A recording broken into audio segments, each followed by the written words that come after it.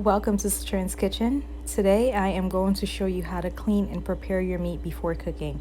All the ingredients you will need is listed below in the comment section. There's a lot of controversy as to whether or not you should clean and prepare your meat before cooking.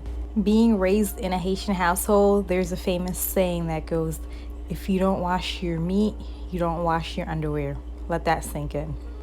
For those believers who believe that cleaning your meat before preparation causes the spread of bacteria, I won't argue with you. That is true. However, cleaning and sanitizing your kitchen properly after handling poultry or any other meat item is the best way to avoid contamination and spreading the bacteria. For those who need a guide on proper sanitation, the second half of this video focuses on sanitation and disinfecting your kitchen after handling meat.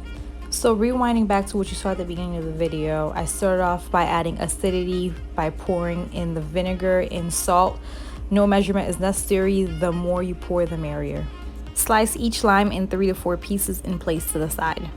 To get started, you are going to want to remove the fat, visible skin, and pluck any feathers that you may see. This is done to help make your meat leaner because the skin and fat is actually one of the major contributors to saturated fats and cholesterol. Personally, when purchasing chicken, I do buy skinless chicken just to kind of avoid and skip this step. However, for the purpose of this video, I did buy chicken that had skin in it just to show and demonstrate how to clean it properly. Also, feel free to remove all of the skin off of the chicken. For those wondering why I'm adding horizontal lines after removing the skin and fat, I am doing so that when I begin marinating, my marinade penetrates deep into the chicken. Try as best to keep this process in a small space so that you aren't contaminating your whole kitchen. So now that my chicken is clean, the fat has been removed and some of the skin has been taken out, I am going to squeeze the juice from my lime all over the chicken. After squeezing the juice out of the lime, you are going to want to scrub and rub each piece. This technique could be used on other meat items. I usually do this process when I am cooking goat, lamb, and even fish.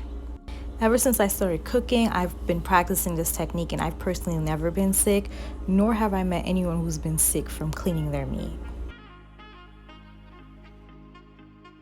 After you are done scrubbing each piece of chicken with lime, you are going to want to clean a bowl. This is the bowl I'm going to use to marinate my chicken in later, so that is why I'm cleaning it and I'm going to place it to the side. After cleaning my bowl and changing my gloves, I am now going to rinse out my chicken. Rinse under hot water. After rinsing your chicken under tap water, this next step is optional. This is how we do it in Haiti. However, this step is not necessary. You could proceed to marinate your chicken right after rinsing it. However, I am going to take this extra step and I am going to pour boiled water on my chicken, more to kind of like steam it really quickly. This concludes the tutorial on how to clean your chicken. What I will be doing after is seasoning and marinating my meat and then proceeding to clean my kitchen. Feel free to season your meat to your liking. Of course, I always use épices whenever I am marinating my meats.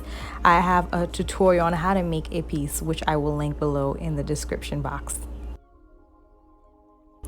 All of the spices I am adding will infuse amazing flavor into my chicken when I am actually cooking it. And marinating your chicken also helps reduce the amount of seasoning you later have to add when you are cooking.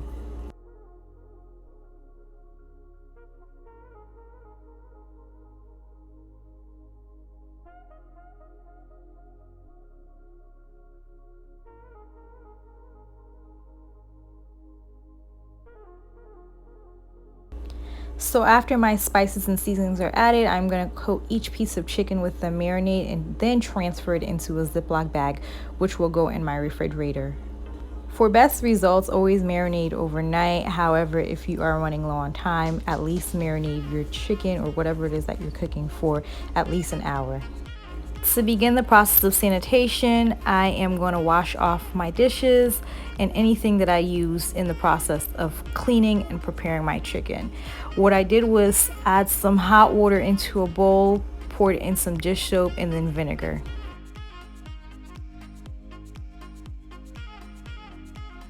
Make sure you do a good job cleaning each dish and bowl. And when rinsing, always rinse with hot water.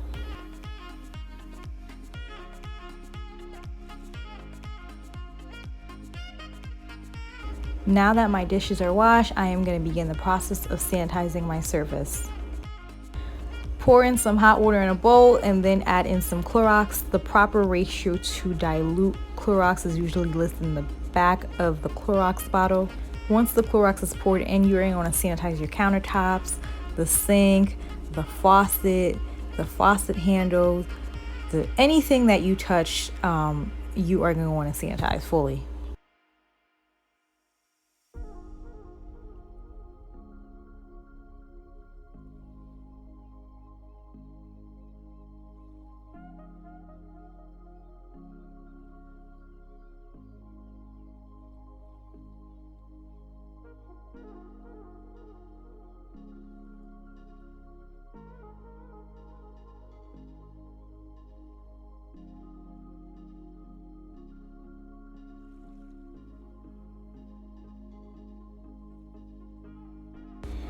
After sanitizing with Clorox, you are going to add some more hot water into a bowl and then pour vinegar. This step is one that I personally do to limit chemical transfer.